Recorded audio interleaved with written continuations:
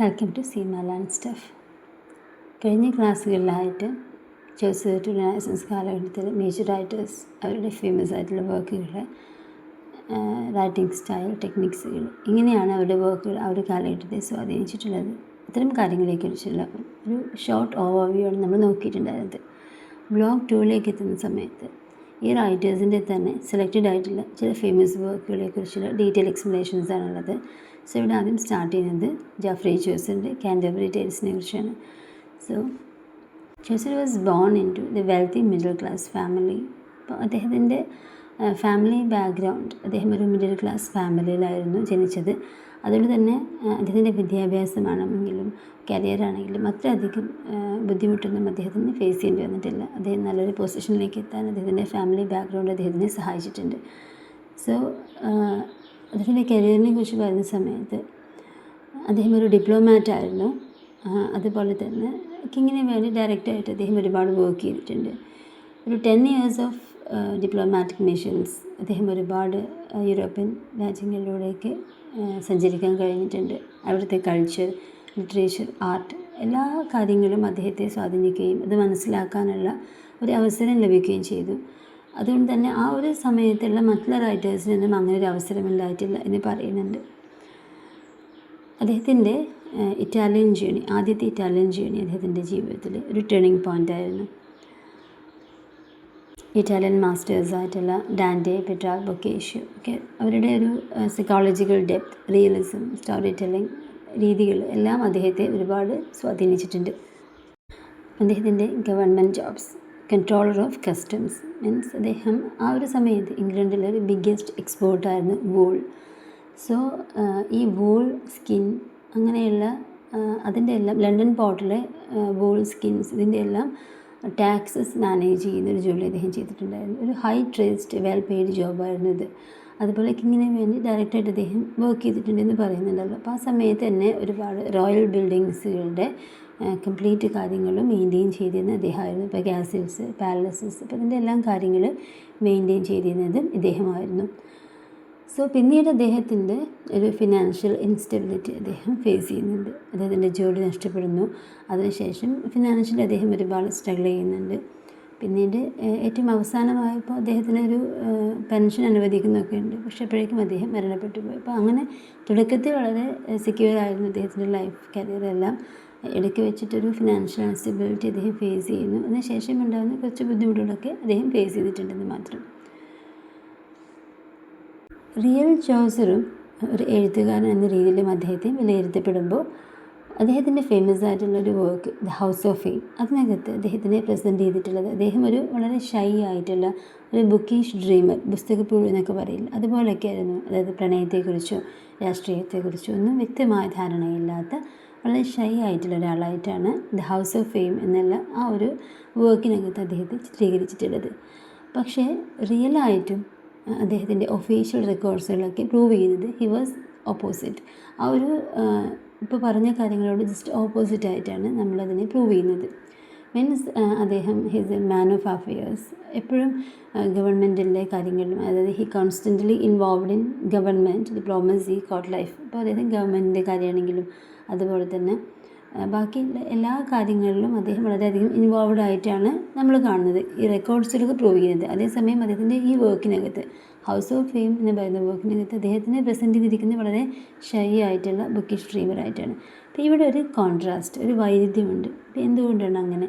അപ്പോൾ ഇവിടെ he used irony. ഇവിടെ ഒരു ഐറണിയാണ് അദ്ദേഹം യൂസ് ചെയ്യുന്നത്. അതായത് ഒരു ക്ലൂലെസ് നറേറ്റർ, അതൊരു ലിറ്റററി ഡിവൈസാണ്. അതായത് ഒരിക്കലും ഇതൊരു ഓട്ടോബയോഗ്രഫി അല്ല എന്ന് കാണിക്കുന്ന രീതിയിൽ. അപ്പോൾ ഇവിടെ നമ്മൾ ജെഫ്രി ചോസർ യഥാർത്ഥത്തിൽ ആരാണ്, അദ്ദേഹത്തിൻ്റെ വർക്കിലൂടെ അദ്ദേഹം പ്രസൻറ്റ് ചെയ്യുന്ന രീതി എന്താണ് എന്നുള്ളത് മനസ്സിലാക്കാൻ വേണ്ടിയിട്ട് കുറച്ച് കാര്യങ്ങൾ പറഞ്ഞു എന്നേ ഉള്ളൂ.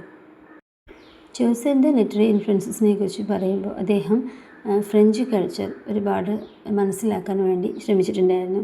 അതുപോലെ തന്നെ ഫ്രഞ്ചിലെ റൈറ്റേഴ്സിൻ്റെ, എസ്പെഷ്യലി പോയിറ്റ്സ്, ഫ്രഞ്ചിലെ ഫേമസ് ആയിട്ടുള്ള പോയിറ്റ്സിൻ്റെ വർക്കുകൾ വായിക്കുന്നതും അത് മനസ്സിലാക്കുന്നതും, അതുപോലെ തന്നെ ഇറ്റാലിയൻ റൈറ്റേഴ്സിൻ്റെ വർക്കുകൾ, അതിനകത്ത് ഓവിഡിൻ്റെ പോയട്രികളും ഒക്കെ അദ്ദേഹം കൂടുതലായിട്ട് മനസ്സിലാക്കാൻ ശ്രമിച്ചിട്ടുണ്ടായിരുന്നു.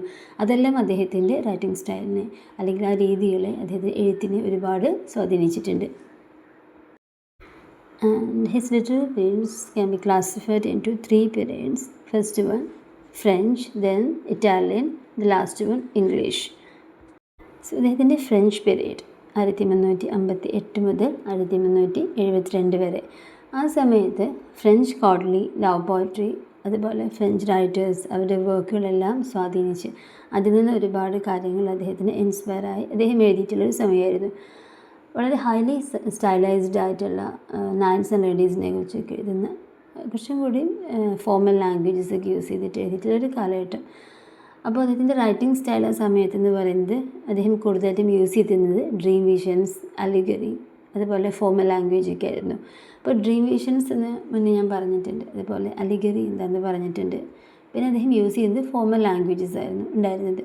അപ്പോൾ ഇതെല്ലാം ആ സമയത്തുള്ള ആ കാലഘട്ടത്തിലെ ആ ഒരു ഫ്രഞ്ച് റൈറ്റേഴ്സിനെ സ്വാധീനിച്ചതിൻ്റെ റിഫ്ലക്ഷനാണത്. ഈ സമയത്ത് എഴുതിയിട്ടുള്ള ഫേമസ് ആയിട്ടുള്ള വർക്കാണ് the book of the duchess. So next one, Italian period 1379 മുതൽ 1385 വരെയുള്ള സമയം. അപ്പോൾ ഈ സമയത്ത് അദ്ദേഹം എഴുതിയിട്ടുള്ളൊരു വർക്കാണ് ദ ഹൗസ് ഓഫ് ഫെയിം. അപ്പോൾ ഇറ്റാലിയൻ മാസ്റ്റേഴ്സ് ആയിട്ടുള്ള ബൊക്കേഷ്യോ അവരുടെ നറേറ്റീവ് ടെക്നിക്സുകളും സൈക്കോളജിക്കൽ റിയലിസം എല്ലാം സ്വാധീനിച്ചിട്ട് എഴുതിയിട്ടുള്ള ഒരു സമയമാണ്. കൂടുതലായിട്ടും അദ്ദേഹം യൂസ് ചെയ്തത് സ്റ്റൈൽസ് എന്ന് പറയുന്നത് കൂടുതൽ കോംപ്ലെക്സ് ക്യാരക്ടേഴ്സ് ആയിരുന്നു. അതുപോലെ റൈറ്റിങ്സിലെല്ലാം ഒരു ഡീപ്പർ ഇമോഷൻസ് നമുക്ക് ഫീൽ ചെയ്യുന്നുണ്ടായിരുന്നു. ഒരു അലിഗറി അതിൽ നിന്ന് മാറി കുറച്ചും കൂടി കോംപ്ലെക്സ് ആയിട്ടുള്ള കണ്ടീഷൻസ് അദ്ദേഹം അദ്ദേഹത്തിൻ്റെ വർക്കിലൂടെ പ്രതിഫലിച്ച് കാണാവുന്ന ആ രീതിയിലാണ് അദ്ദേഹം എഴുതിയിട്ടുള്ളത്. അത് ഇറ്റാലിയൻ മാസ്റ്റേഴ്സിൻ്റെ സ്വാധീനം അദ്ദേഹത്തിൻ്റെ വർക്കിൽ നമുക്ക് കാണാൻ പറ്റും. ആ സമയത്തുള്ള മാസ്റ്റർ പീസാണ് Troilus and Criseyde. It's a tragic love story set during the Trojan war. It's considered his most perfect single poem. Then last one, English period. ഈ സമയത്ത് അദ്ദേഹത്തിൻ്റെ റൈറ്റിംഗ് സ്റ്റൈൽ കുറച്ചുകൂടി ഒരു മാറ്റം വന്നു. കൂടുതലായിട്ടും ഒരു പുതുമയിലേക്കുള്ള ഒരു വഴിത്തിരിവാണത്. എവറിഡേ ലാംഗ്വേജ് അദ്ദേഹം യൂസ് ചെയ്യുന്നു, എവറിഡേ ഇംഗ്ലീഷ് ലാംഗ്വേജ്, അല്ലെങ്കിൽ ആ ഒരു ഇംഗ്ലീഷ് ജീവിത രീതികളെക്കുറിച്ചൊക്കെ സാധാരണക്കാരുടെ ജീവിതത്തിൽ എങ്ങനെയാണ് നടക്കുന്നത്, അങ്ങനെ ഇപ്പോൾ നേരത്തെ പറഞ്ഞ ഫോർമൽ ലാംഗ്വേജിൽ നിന്ന് മാറി കോംപ്ലെക്സ് ആയിട്ടുള്ള സിറ്റുവേഷൻസിൽ നിന്ന് മാറി കോംപ്ലെക്സ് ആയിട്ടുള്ള രീതിയിൽ പ്രസൻറ്റ് ചെയ്യുന്ന രീതിയിൽ മാറി ഒരു കോമൺ ആയിട്ട് ജനങ്ങളെ മനസ്സിലാക്കുന്ന ഒരു എവറിഡേ ലൈഫ്, എവറിഡേ ലാംഗ്വേജ് എല്ലാം യൂസ് ചെയ്തിട്ട് എഴുതിയിട്ടുള്ള വർക്കുകളാണ് ഇംഗ്ലീഷ് പീരീഡിലുള്ളത്. അന്നത്തെ സ്റ്റൈൽ എന്ന് പറയുന്നത്, ആ സമയത്തിൽ അദ്ദേഹത്തിൻ്റെ സ്റ്റൈൽ എന്ന് പറയുന്നത് കൂടുതലായിട്ടും റിയലിസ്റ്റിക് ക്യാരക്ടേഴ്സിനെയാണ്, അതായത് സോഷ്യൽ ക്ലാസ്സസ്. ഇപ്പോൾ സമൂഹത്തിലെ സാധാരണക്കാരായ ജീവിതം, അവരുടെ റിയൽ ലൈഫ് എങ്ങനെയാണ്, അങ്ങനെ ഒരു റിയലിസ്റ്റിക് ആയിട്ടുള്ള ക്യാരക്ടേഴ്സിനെയാണ് അദ്ദേഹം അവതരിപ്പിച്ചിട്ടുള്ളത്. കൂടുതലും ഹ്യൂമർ, സറ്റയർ, അതുപോലെ കൊളോക്കിയൽ ഇംഗ്ലീഷ് യൂസ് ചെയ്തിട്ട് അദ്ദേഹം എഴുതി. ആ സമയത്ത് ഫേമസ് ആയിട്ടുള്ള വർക്കാണ് ടോയ്ലറ്റ്സ് ആൻഡ് ക്രിസീഡെ. അതുപോലെ തന്നെ ഫേമസ് ആയിട്ടുള്ളത് കാൻറ്റർബറി ടെയിൽസ്. അദ്ദേഹത്തിൻ്റെ മെയിൻ വർക്കുകളാണ് ആ സമയത്തുള്ളത്. അപ്പോൾ ഇത്തരം ഈ 3 രീതിയിലാണ് അദ്ദേഹത്തിൻ്റെ സാഹിത്യ സമയത്തെ അല്ലെങ്കിൽ ലിറ്റററി പീരീഡ്സിനെ അദ്ദേഹത്തിന് ക്ലാസിഫൈ ചെയ്തിട്ടുള്ളത്. First French period, then Italian, last one English period. ഓരോ കാലഘട്ടത്തിലും അവിടുത്തെ റൈറ്റേഴ്സിനെ അല്ലെങ്കിൽ അവിടുത്തെ രീതികളെ അദ്ദേഹത്തെ സ്വാധീനിച്ച് അത് അദ്ദേഹത്തിൻ്റെ വർക്കിലൂടെ നമുക്ക് പ്രതിഫലിച്ച് കാണാവുന്നതാണ്. ആ സമയത്തുള്ള ഫേമസ് വർക്കുകൾ ഏതൊക്കെയാണ് എന്നുള്ളത് നമ്മൾ മനസ്സിലാക്കി. ഇതിനകത്ത് ഇംഗ്ലീഷ് പീരീഡിലെ കാൻറ്റർബറി ടെയിൽസാണ് നമുക്ക് ഡീറ്റെയിൽ ആയിട്ട് മനസ്സിലാക്കേണ്ടത്. സോ ജോഫ്രി ചോസറിൻ്റെ കാൻറ്റർബറി ടെയിൽസിനെ കുറിച്ച് നമ്മൾ മുന്നേ ഒരു ഷോർട്ട് ഇൻട്രൊഡക്ഷൻ പറഞ്ഞിട്ടുണ്ടായിരുന്നു. ഒരു 29 തീർത്ഥാടകരുമായി പോകുന്ന യാത്രയിൽ അവർ പറയുന്ന സ്റ്റോറീസിനെ കളക്ട് ചെയ്ത് പബ്ലിഷ് ചെയ്തൊരു വർക്കാണതെന്ന് പറഞ്ഞു. അപ്പോൾ ഈ ഒരു വർക്കിൽ അദ്ദേഹം സോഷ്യൽ ക്ലാസ്സിലെ ഒരുവിധം എല്ലാ വിഭാഗത്തെയും അദ്ദേഹം അതിനകത്ത് കാണിക്കുന്നുണ്ട്. അവരുടെ പോസിറ്റീവായ കാര്യങ്ങളെ അക്സെപ്റ്റ് ചെയ്യുകയും അവരെ വിമർശിക്കുകയും തമാശ രൂപേണ വിമർശിക്കുകയും ഒക്കെ ഈ ഒരു വർക്കിനകത്ത് ചെയ്തിട്ടുണ്ട്. അപ്പോൾ ഇതിനകത്തൊരു ഇൻട്രൊഡക്ഷൻ ഉണ്ട്, ഒരു പ്രൊലോഗ്. ഈ പ്രൊലോഗിനകത്ത് എന്തുകൊണ്ടാണ് ഏപ്രിൽ മാസത്തിൽ ഈ തീർത്ഥയാത്ര സ്റ്റാർട്ട് ചെയ്തത് എന്തുകൊണ്ടാണ് ഏപ്രിൽ മാസത്തിൽ അല്ലെങ്കിൽ സ്പ്രിംഗ് സീസണിൽ എന്നുള്ളതിനെ കുറിച്ചൊരു ചെറിയ കാര്യം അദ്ദേഹം പറയുന്നുണ്ട്. So Chaucer opens with April because medieval pilgrimages only happened after winter. അപ്പോൾ ഈ വിൻ്റർ സീസൺ എന്ന് പറയുന്നത് നമുക്കറിയാം, അവരുടെ രീതിയിൽ അവരുടെ സമയത്ത് അവർ ഏപ്രിൽ മാസത്തിനെ എന്തുകൊണ്ട് വാല്യൂ ചെയ്യുന്നു, അല്ലെങ്കിൽ ഏപ്രിൽ മാസത്തിനെ ഒരു സ്പിരിച്വൽ ആയിട്ടുള്ള ഒരു മന്തായിട്ട് അവർ എന്തുകൊണ്ടാണ് കൺസിഡർ ചെയ്യുന്നത് എന്നുള്ളത് നമുക്ക് മനസ്സിലാക്കാൻ ഈ ഒരു ബ്ലോഗ് സഹായിക്കുന്നുണ്ട്. സോ ഈ വിൻ്റർ സീസണിൽ roads were muddy, weather was brutal and travel was impossible in winter. അതായത് ആ ഒരു സമയത്ത് വളരെ ഹാർഡാണ്, ചുറ്റുപാടും നമ്മുടെ അന്തരീക്ഷം വളരെ മോശമാണ്, അത്രയധികം ഈസി അല്ല യാത്ര പോകുന്നതൊക്കെ. പക്ഷെ അതിൽ നിന്നും മാറി സ്പ്രിംഗ് സീസണിലേക്ക് എത്തുന്ന സമയത്ത് ഒരു പിൽഗ്രിമേജ് സീസണായിട്ടാണ് അവർ കൺസിഡർ ചെയ്യുന്നത്.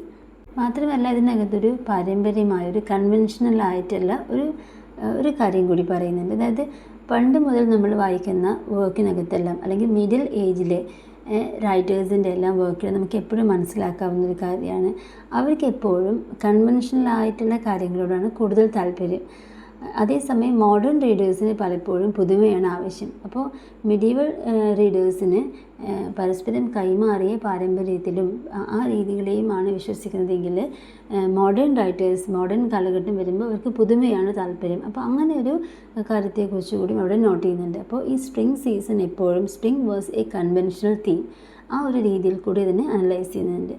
സോ ഈ മിഡീവൽ വിൻ്ററിനെ കുറിച്ച് പറഞ്ഞു. അതായത് വിൻ്റർ കണ്ടീഷൻസ് എന്ന് പറയുന്നത് വളരെ ഡാർക്കാണ്, ഡ്രോട്ടിയാണ്, ഹീറ്റഡ് ആൻഡ് സ്മോക്കി ഹട്ട്സ് എന്ന് അദ്ദേഹം എടുത്ത് പറയുന്നുണ്ട്.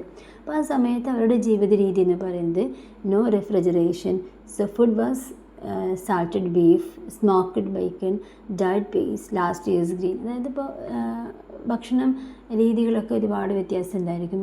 റെഫ്രിജറേഷൻ അങ്ങനെയുള്ള സാഹചര്യങ്ങളൊന്നുമില്ല, അവർക്ക് അനുയോജ്യമായ രീതിയിൽ ജീവിക്കാനുള്ള സാഹചര്യം അവിടെ ഉണ്ടായിരുന്നില്ല. അപ്പോൾ സാൾട്ടഡ് ബീഫും അതുപോലെ സ്മോക്ക്ഡ് ബേക്കൺ, ഡ്രൈഡ് പേസ്, അതുപോലെ മുന്നേ സൂക്ഷിച്ച് വെച്ച ധാന്യങ്ങൾ, അങ്ങനെയൊക്കെയാണ് അവരുടെ ജീവിതം അവർ മുന്നോട്ട് കൊണ്ടുപോയത് ആ സീസണിൽ. അപ്പോൾ അതിൻ്റേതായിട്ടുള്ള ഹെൽത്ത് ഇഷ്യൂസും അവർക്കുണ്ട്. നല്ല രീതിയിലുള്ള വെജിറ്റബിൾസ് ഇല്ല, ഫ്രഷ് ആയിട്ടുള്ള വെജിറ്റബിൾസ് ഇല്ല. അതുകൊണ്ട് തന്നെ ഒരുപാട് ഡെഫിഷ്യൻസി ഡിസീസസുകളൊക്കെ അവർ ഫേസ് ചെയ്യുന്നുണ്ട്. അങ്ങനെയുള്ളൊരു കഷ്ടപ്പാടിൽ നിന്നുള്ളൊരു റിലീഫാണ് അവർക്ക് ഏപ്രിൽ മാസം എന്ന് പറയുന്നത്. അപ്പോൾ April showers men grass grow again. അപ്പോൾ ആ സമയത്ത് ചെറിയ പുൽനാമ്പുകളിലൊക്കെ തുള്ളികൾ വന്ന് എല്ലാ രീതിയിലും ഒരു റിഫ്രഷ്മെൻ്റ് അവർക്ക് ഫീൽ ചെയ്യുന്നുണ്ട്. സോ ഈ ഒരു സമയത്താണ് സെൻറ്റ് തോമസ് ബെക്കറ്റിൻ്റെ ഷ്രൈനിലേക്ക്, കാൻറ്റർബറി കാത്തീഡ്രലിലുള്ള സെൻറ്റ് തോമസ് ബെക്കറ്റിൻ്റെ ഷ്രൈനിലേക്ക് ഇവരൊരു തീർത്ഥയാത്ര പോകുന്നത്. സോ ഈ തോമസ് ബെക്കറ്റ് എന്ന് പറയുന്നത് ആർച്ച് ബിഷപ്പായിരുന്നു കാൻറ്റർബറിയിലെ. ഹെൻറി സെക്കൻഡിൻ്റെ പ്രഭുക്കന്മാരാൽ വധിക്കപ്പെട്ട് അദ്ദേഹത്തിന് ഒരു രക്തസാക്ഷിയായി ഒരു സെയിൻ്റായിട്ട് കൺസിഡർ ചെയ്യുകയാണ് ചെയ്യുന്നത്. അപ്പോൾ അവിടേക്കാണ് ഇവർ തീർത്ഥയാത്ര പോകുന്നത്. പിന്നീട് ഈ ഒരു സെൻറ്റ് തോമസ് ബെക്കറ്റിൻ്റെ ഷ്രൈൻ ഒരു മേജർ പിൽഗ്രിമേജ് സൈറ്റായിട്ട് മാറുന്നുണ്ട്. അപ്പോൾ അങ്ങനെ അവിടേക്ക് പോകുന്നത് അവർക്കൊരു സൽവേഷൻ, ആ ഒരു വിശ്വാസം അവർക്കുണ്ട്. അങ്ങനെ അങ്ങോട്ടാണ് ഇവർ യാത്ര പോകുന്നത്. അതായത് ഈ ഒരു യാത്ര journey from sin to salvation, അവർക്കൊരു മുക്തി ലഭിക്കും എന്നുള്ളൊരു വിശ്വാസമാണ് അവരുടെ ഈ യാത്രയുടെ ഒരു മെയിൻ പർപ്പസ് അല്ലെങ്കിൽ എയിം എന്ന് പറയുന്നത്. നെക്സ്റ്റ് നമ്മൾ മനസ്സിലാക്കേണ്ടത് മോഡേൺ ഏജിൽ ഈ ഒരു വർക്കിൻ്റെ സ്വാധീനം എങ്ങനെയായിരുന്നു എന്നുള്ളതിനെ കുറിച്ചാണ്. അതായത് മധ്യകാലഘട്ടത്തിലെ സാഹിത്യകൃതികളിലുള്ള രീതികൾ നമുക്കറിയാം, അവരുടെ വിശ്വാസങ്ങൾ, അവരുടെ രീതികൾ, റൈറ്റിംഗ് സ്റ്റൈലെല്ലാം നമുക്കറിയാം. സോ ജോഫ്രി ചോസർ അദ്ദേഹത്തിൻ്റെ വർക്കിനകത്ത് ഏപ്രിൽ മാസത്തെ വളരെ മനോഹരമായിട്ടാണ് അവതരിപ്പിച്ചിട്ടുള്ളത്. പക്ഷേ മോഡേൺ ഏജ് ആയിക്കഴിഞ്ഞപ്പോൾ മോഡേൺ ഏജിൽ ഫേമസ് റൈറ്ററായിട്ടുള്ള T.S. എലിയറ്റ് ആദ്യം നേരത്തെ പറഞ്ഞ നമ്മുടെ തോമസ് ബെക്കറ്റിനെ കുറിച്ച് അദ്ദേഹത്തിൻ്റെ മേർഡർ ഇൻ ദ കാത്തീഡ്രൽ എന്ന് പറയുന്ന വർക്കിനകത്ത് പരാമർശിച്ചിട്ടുണ്ട്. അത് കൂടാതെ അദ്ദേഹത്തിൻ്റെ ഫേമസ് ആയിട്ടുള്ള മറ്റൊരു വർക്ക്, T.S. എലിയറ്റിൻ്റെ ഫേമസ് ആയിട്ടുള്ള മറ്റൊരു വർക്ക് ദ വേസ്റ്റ് ലാൻഡ്, അതിനകത്ത് അദ്ദേഹം സ്റ്റാർട്ട് ചെയ്യുന്നത് April is the cruellest month എന്നാണ്. അപ്പോൾ നമുക്ക് റീഡേഴ്സിന് സംശയം ഉണ്ടാവും, എന്തുകൊണ്ടാണ് ജോഫ്രി ചോസർ ഏപ്രിൽ മാസത്തെ വളരെ മനോഹരമായി അവതരിപ്പിച്ചപ്പോൾ മോഡേൺ ഏജിൽ T.S. എലിയറ്റ് ഏപ്രിലിനെ ഇങ്ങനെ ക്രൂവലസ്റ്റ് മന്ത് എന്ന രീതിയിൽ അവതരിപ്പിക്കുന്നത് എന്നുള്ള ഡൗട്ട് വരുന്നുണ്ടാവും. ഇതൊരു ironic reversal of Chaucer's joyful April. Means Eliot ഇവിടെ കാണിക്കുന്നത്, T.S. എലിയറ്റ് കാണിക്കുന്നത് മോഡേൺ ലൈഫിലെ ആളുകൾക്ക് അല്ലെങ്കിൽ മോഡേൺ രീതികൾക്ക് ചോസറിൻ്റെ സെൻസ് ഓഫ് റിന്യൂവൽ എന്നുള്ള ആ ഒരു രീതി, ആ ഒരു ജോഫ്രി ചോസർ എങ്ങനെയാണോ അവതരിപ്പിച്ചിട്ടുള്ളത് അത് നഷ്ടപ്പെട്ടിട്ടുണ്ട്. അപ്പോൾ അങ്ങനെയല്ല എന്ന് കാണിക്കാൻ വേണ്ടിയിട്ട് അദ്ദേഹത്തിൻ്റെ വർക്കിനകത്ത് ആദ്യം തന്നെ April is the cruellest month എന്ന് കാണിക്കുന്നുണ്ട്. ഇത് ജോഫ്രി ചോസറിൻ്റെ കാൻറ്റർബറി ടെയിൽസ് എന്ന് പറയുന്ന വർക്കിൻ്റെ മോഡേൺ വേർഷൻ അല്ല, മോഡേൺ കാലഘട്ടത്തിൽ എങ്ങനെയാണ് സ്വാധീനിച്ചിട്ടുള്ളത് എന്നുള്ളത് നമുക്ക് മനസ്സിലാക്കാൻ വേണ്ടിയിട്ടാണ് T.S. എലിയറ്റിനെ ഇവിടെ നമുക്ക് എക്സാമ്പിളാക്കി എടുത്തിട്ടുള്ളത്. സോ ഇനി നമ്മൾ നോക്കുന്നത് ജോഫ്രി ചോസറിൻ്റെ കാൻറ്റർബറി ടെയിൽസിലെ ക്യാരക്ടേഴ്സ് ആരൊക്കെയാണ്, എങ്ങനെയാണ് ഈ ഓരോ ക്യാരക്ടേഴ്സും 14th സെഞ്ച്വറി സൊസൈറ്റിനെ റിഫ്ലക്റ്റ് ചെയ്യുന്നത് എന്നുള്ളതാണ് നെക്സ്റ്റ് നമ്മളിനി നോക്കുന്നത്. ഇതിനകത്തെ first portrait the knight represents the dying ideal of chivalry. അതായത് ഇല്ലാതെയായിക്കൊണ്ടിരിക്കുന്ന ധീരതയുടെ ആദർശങ്ങളെയാണ് അദ്ദേഹം കാണിക്കുന്നത്. സോ അദ്ദേഹം വളരെ പൊളൈറ്റാണ്, brave and dignified, then underrated. അദ്ദേഹം അധികം ആഡംബരങ്ങളൊന്നും ഇഷ്ടപ്പെടാത്ത വളരെ പൊളൈറ്റായ, ബ്രേവ് ആൻഡ് ഡിഗ്നിഫൈഡ് ആയിട്ടുള്ള ഒരാൾ. അദ്ദേഹത്തിൻ്റെ അപ്പിയറൻസിനെ കുറിച്ച് പറയുമ്പോൾ അദ്ദേഹം ധരിക്കുന്നത് വൃത്തിഹീനമായ കര പിടിച്ച അങ്കികളും അതുപോലെ ഇരുമ്പ് കവചമൊക്കെയാണ് അദ്ദേഹം യൂസ് ചെയ്യുന്നത്. കാരണം അദ്ദേഹം വാല്യൂ കൊടുക്കുന്നത് കൂടുതലും ആക്ഷൻസിനാണ്, അല്ലാണ്ട് ലുക്സിനല്ല. സോ ഇവിടെ ഒരു വെർജിൻ ലൈക്ക് വൈറ്റ്നസ്, അതൊരു ഐറണിയാണ്. ലാക്സ് ഓഫ് വൈറ്റാലിറ്റി, ഈ ചൈതന്യമില്ലായ്മയും ഒരു വെർജിൻ ലൈക്ക് വൈറ്റ്നസ് ഒക്കെ ഒരു ഐറോണിക്കൽ പ്രസൻറ്റേഷനാണത്. കാരണം 14th century ഇല്ലാതെയായിക്കൊണ്ടിരിക്കുന്ന ധീരതയെയാണ് അവിടെ കാണിക്കുന്നത്. So he feels out of place. Then അദ്ദേഹത്തിൻ്റെ മിലിറ്ററി റെക്കോർഡ്സിലൊക്കെ പറയുന്നുണ്ട്, അതായത് നൈറ്റ് എന്തെല്ലാം കാര്യങ്ങളായിരുന്നു ഇൻവോൾവ് ആയിട്ടുണ്ടായിരുന്നത്, ആരുമായിട്ടൊക്കെയായിരുന്നു അദ്ദേഹം ഫൈറ്റ് ചെയ്തിട്ടുണ്ടായിരുന്നത്, എന്തായിരുന്നു അദ്ദേഹത്തിൻ്റെ അതിൻ്റെ റിസൾട്ട്. അപ്പോൾ അദ്ദേഹത്തിൻ്റെ റെക്കോർഡുകളൊക്കെ എടുത്തു പറയുന്നുണ്ട്. സോ അതുകൊണ്ട് തന്നെ ജോഫ്രി ചോസർ അദ്ദേഹത്തിൻ്റെ കാൻറ്റർബറി ടേൽസിനകത്ത് മോസ്റ്റ് ഹോണേഡ് പിൽഗ്രിമായിട്ട് കൺസിഡർ ചെയ്യുന്നത് നൈറ്റിനെയാണ്. നെക്സ്റ്റ് നമ്മൾ പറയുന്നത് ദ സ്ക്വയർ, നൈറ്റിൻ്റെ സണ്ണാണ്. അദ്ദേഹം ഇവിടെ ഇവരുടെ കൂടെ ജോയിൻ ചെയ്തിട്ടുള്ളത് ഒരിക്കലും ഡിവോഷന് വേണ്ടിയിട്ടൊന്നല്ല, ജസ്റ്റ് ഒരു പ്ലഷറിന് വേണ്ടിയിട്ടാണ്. അതായത് അദ്ദേഹം ക്രിസ്ത്യൻ ഐഡിയലിനെല്ലാം ഓപ്പോസിറ്റാണ് അദ്ദേഹം. സ്ക്വയറിൻ്റെ താല്പര്യങ്ങൾ എന്ന് പറയുന്നത് അതുകൊണ്ട് തന്നെ വളരെ ഡിഫറെൻ്റാണ്. Young courtly lover aspiring to knighthood, focus ചെയ്യുന്നത് കൂടുതലായിട്ടും ലവിനാണ്, നോട്ട് വാർ. സ്കിൽസ് പറയുന്നുണ്ട്. സ്ക്വയറിൻ്റെ സ്കിൽസ് എന്ന് പറയുന്നത് പാട്ട് പാടുക, ഡാൻസ് ചെയ്യുക, ഡ്രോസ്, റൈഡ്സ്, അതുപോലെ തന്നെ കമ്പോസ് സോങ്സ്, അങ്ങനെയുള്ള വേറെ കുറേ രീതികളാണ് അദ്ദേഹത്തിനോട് കൂടുതൽ താല്പര്യം എന്ന് പറയുന്നത്. അപ്പോൾ അന്നത്തെ പുരോഹിതന്മാരെല്ലാം ഇത്തരം രീതികളെ ഒരു വേസ്റ്റ്ഫുള്ളായിട്ട്, ധൂർത്തായിട്ടാണ് കൺസിഡർ ചെയ്തിട്ടുണ്ടായിരുന്നത്. സ്ക്വയറിനെ കുറിച്ച് പറയുമ്പോൾ സ്ക്വയറിൻ്റെ സ്കിൽസുകൾ sings, dance, draws, rides, compose songs, ഇങ്ങനെ ഒരുപാട് സ്കിൽസുകൾ എടുത്തു പറയുന്നുണ്ട്. അപ്പോൾ ഇവിടെ ഒരു കോൺട്രാസ്റ്റ്, ഒരു വൈരുദ്ധ്യം നമുക്ക് മനസ്സിലാവുന്നത്, നൈറ്റിനെ കുറിച്ച് പറയുമ്പോൾ വളരെ പൊളൈറ്റ് ആയിട്ടുള്ള, ബ്രേവ് ആൻഡ് ഡിഗ്നിഫൈഡ് ആയിട്ടുള്ള ഒരു വ്യക്തി, അതേസമയം സ്ക്വയറിനെ കുറിച്ച് പറയുമ്പോൾ കൂടുതലായിട്ടും വേൾഡ്ലി ആയിട്ടുള്ള ഒരാൾ, കൂടുതലായിട്ടും ഇപ്പോൾ ജീവിക്കുന്നു, ഇന്ന് ജീവിക്കുന്നു, ഈ ജീവിതം എൻജോയ് ചെയ്യണം, അങ്ങനെയൊക്കെ ചിന്തിക്കുന്ന ഒരാളാണ് സ്ക്വയർ. നെക്സ്റ്റ് പറയുന്നത് the yeoman, servant one step above a groom but represents skilled middle class. So ഇദ്ദേഹത്തിൻ്റെ പ്രൊഫഷൻ എന്ന് പറയുന്നത് ഇദ്ദേഹം ഒരു ഗെയിം കീപ്പറാണ്. അതുപോലെ വനപാലകരുടെയും അതുപോലെ യാത്രക്കാരുടെയൊക്കെ രക്ഷാധികാരിയായിട്ടാണ് നമ്മൾ ഇദ്ദേഹത്തെ കാണുന്നത്. ഇദ്ദേഹത്തിൻ്റെ അപ്പിയറൻസ് എന്ന് പറയുന്നത് ക്ലോസ് ക്രോപ്ഡ് ഹെഡ്, അതുപോലെ ഇങ്ങനെ കരിവാളിച്ച മുഖം, ആകെ ഡള്ളായിട്ടുള്ളൊരു ഫേസാണ് അദ്ദേഹത്തിന്. എപ്പോഴും വളരെ ഗാംഭീര്യത്തോടെയാണ് അദ്ദേഹം നിൽക്കുന്നത്. അദ്ദേഹത്തിൻ്റെ കയ്യിലെപ്പോഴും ഒരുപാട് വെപ്പൺസൊക്കെ ഉണ്ടായിരിക്കും. അപ്പോൾ അദ്ദേഹം ഒരു സ്കിൽഡ് ഫോറസ്റ്റർ ആണെന്ന് പറഞ്ഞു. അതുപോലെ തന്നെ വളരെ എഫിഷ്യൻ്റാണ്. ഇദ്ദേഹം ജോസറുമായിട്ടൊരു കണക്ഷൻ ഉണ്ട്. കാരണം ജോഫ്രി ചോസറിൻ്റെ ജോബിനെ കുറിച്ചൊക്കെ നമ്മൾ പറഞ്ഞിട്ടുണ്ടായിരുന്നു, ഒരുപാട് ഗവൺമെൻറ് സർവീസിൽ അദ്ദേഹം ഉണ്ടായിരുന്നു പറഞ്ഞിട്ടുണ്ടായിരുന്നു. സോ ജോഫ്രി ചോസറിൻ്റെ ജീവിത രീതികളുമായിട്ട് ഒരു ചെറിയ കണക്ഷൻ അദ്ദേഹത്തിനുണ്ട്. May reflect Chaucer himself. He was deputy forester at North Petherton for 7+ years. അപ്പോൾ അതുകൊണ്ട് തന്നെ ജോഫ്രി ചോസറിന് ഇദ്ദേഹത്തെ വിവരിക്കാൻ കുറച്ചുകൂടി എളുപ്പമാണ്. അദ്ദേഹത്തിൻ്റെ ജോലിയെക്കുറിച്ചും അദ്ദേഹത്തിൻ്റെ ജീവിത രീതികളെക്കുറിച്ചൊക്കെ ഇദ്ദേഹം ചോസർ അനുഭവിച്ചറിഞ്ഞൊരു കാര്യമായതുകൊണ്ട് ഇദ്ദേഹത്തെ വളരെ വ്യക്തമായി തന്നെ അവതരിപ്പിക്കാൻ അദ്ദേഹത്തിന്, അല്ലെങ്കിൽ വളരെ ക്ലിയർ ആയിട്ട് അവതരിപ്പിക്കാൻ അദ്ദേഹത്തിന് ഈസി ആയിരുന്നു. നെക്സ്റ്റ് നമ്മൾ പറയുന്നത് ദ പ്രയറസ്. ഇവരുടെ ഒരു ബാക്ക്ഗ്രൗണ്ട് എന്ന് പറയുന്നത് ലൈക്ലി ഫ്രം വെൽത്തി ഫാമിലി, അതായത് പ്രഭു കുടുംബങ്ങളിൽ നിന്നൊക്കെ ആയിരിക്കാം. അപ്പോൾ അന്നത്തെ സമയത്ത് ചില ഫാമിലീസ് അവരുടെ പെൺമക്കളെ സന്യാസി മഠങ്ങളിൽ അയക്കുന്ന ഒരു പ്രവണത ഉണ്ടായിരുന്നു. ചിലപ്പോൾ ഡൗറി ഇഷ്യൂസ് ഉണ്ടായിരിക്കാം, അല്ലെങ്കിൽ ഹസ്ബൻഡ് ഇല്ലാത്തവരായിരിക്കും, അങ്ങനെയൊക്കെയുള്ള സാഹചര്യങ്ങളിൽ. സോ ഇതൊരിക്കലും ഒരു ട്രൂ സെക്ലൂഷന് വേണ്ടിയിട്ടൊന്നും ആയിരുന്നില്ല, മറിച്ച് അവരുടെ ജീവിതം കംഫർട്ടബിൾ ആക്കുക എന്നുള്ള രീതിയിൽ മാത്രമായിരുന്നു. ഇവിടെ ഒരു കോൺട്രഡിക്ഷൻസ് ഉണ്ട്. ഈ പ്രയറസിനെ കുറിച്ച് പറയുന്ന സമയത്തിലൊരു കോൺട്രഡിക്ഷൻസ് ഉണ്ട്. അവർ പെറ്റ്സിനെയോ പിൽഗ്രിംസൊന്നും നൺസിന് അന്ന് അനുവദനീയമായിരുന്നില്ല. പക്ഷെ എന്നാലും അവർക്ക് ഡോഗ്സ് ഉണ്ട്. അവരതിന് they fed roasted meat, milk and costly white bread. അതുപോലെ സാധാരണ മനുഷ്യന്മാരുടെ അല്ലെങ്കിൽ മനുഷ്യരുടെ വിഷമങ്ങൾക്കോ അല്ലെങ്കിൽ സങ്കടങ്ങൾക്കോ അവർ പ്രാധാന്യം കൊടുക്കുന്നില്ല, മറിച്ച് ഇങ്ങനെ പെറ്റ്സിനൊക്കെ എന്തെങ്കിലും വന്നു കഴിഞ്ഞാൽ അവർ വല്ലാതെ വിഷമിക്കുന്നതായിട്ട് കാണാൻ പറ്റും. അതുപോലെ ഇവരുടെ അപ്പിയറൻസ് വളരെ വ്യത്യാസമാണ്. അതായത് ഒരു നൺസിന് ചേരുന്ന രീതിയിലൊന്നല്ല ഇവർ ജീവിക്കുന്നത്. അവരുടെ മാനേഴ്സിനെ കുറിച്ച് പറയുമ്പോൾ they imitate courtly customs, refined table manners, അതുപോലെ നേസൽ ചർച്ച് ആൻഡ് ഇങ്ങനെ ഒരുപാട് കാര്യങ്ങൾ എടുത്ത് പറയുന്നുണ്ട്. സോ ഇവിടെ ചോസർ ഒരു മൈൽഡ് സാറ്റയറാണ് യൂസ് ചെയ്തിട്ടുള്ളത്. അതായത് അവരെ ചെറുതായിട്ട് വിമർശിക്കുകയാണ്. ഒരു നൺസ് എന്ന് പറയുമ്പോൾ ഉണ്ടാകുന്ന കോൺസെപ്റ്റ് അല്ല ഇവർക്ക് എന്നുള്ളത് കൊണ്ട് തന്നെ ഇവിടെ ഒരു മൈൽഡ് സാറ്റയറാണ് ഇവിടെ ചോസർ യൂസ് ചെയ്തിട്ടുള്ളത്. അതായത് കൂടുതലായിട്ടും ഇവർ ആത്മീയത അഭിനയിക്കുകയാണ്, യഥാർത്ഥത്തിൽ ഇവർക്ക് ആത്മീയത ഇല്ല എന്ന് കാണിക്കുകയാണ് ചെയ്യുന്നത്. നെക്സ്റ്റ് നമ്മൾ പറയുന്നത് മോങ്സിനെ കുറിച്ചാണ്. സോ മോങ്സ് എന്ന് പറയുന്നത് മധ്യകാലഘട്ടത്തിൽ വളരെ സാധാരണക്കാരായി ജീവിക്കുന്ന ആൾക്കാരല്ല. അപ്പോൾ ആ സമയത്ത് വിദ്യാഭ്യാസം എന്ന് പറയുന്നത് വളരെ ചിലവേറിയൊരു കാര്യമായതുകൊണ്ട് ഈ പ്രഭു കുടുംബങ്ങളിലെ ആൾക്കാർ മാത്രമാണ് വിദ്യാഭ്യാസം നേടിയിട്ടുണ്ടായിരുന്നുള്ളൂ.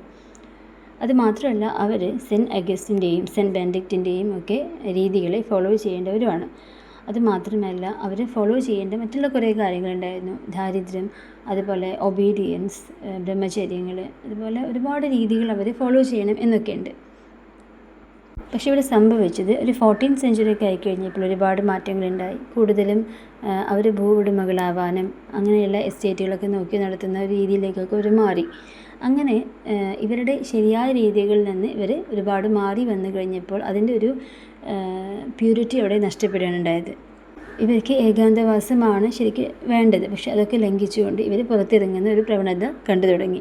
ഇവിടെ മോങ്കിൻ്റെ ഒരു രീതി എന്ന് പറയുന്നത് അദ്ദേഹത്തിന് കൂടുതലായിട്ടും ഹണ്ടിങ് ഇഷ്ടമാണ്, നല്ല വസ്ത്രങ്ങൾ ധരിക്കുക, ഒരുപാട് ആഡംബരങ്ങൾ കാണിക്കുക, സന്യാസിമാരെയൊക്കെ ഒരു പുച്ഛഭാവത്തോടെ മാത്രം നോക്കിക്കാണുക.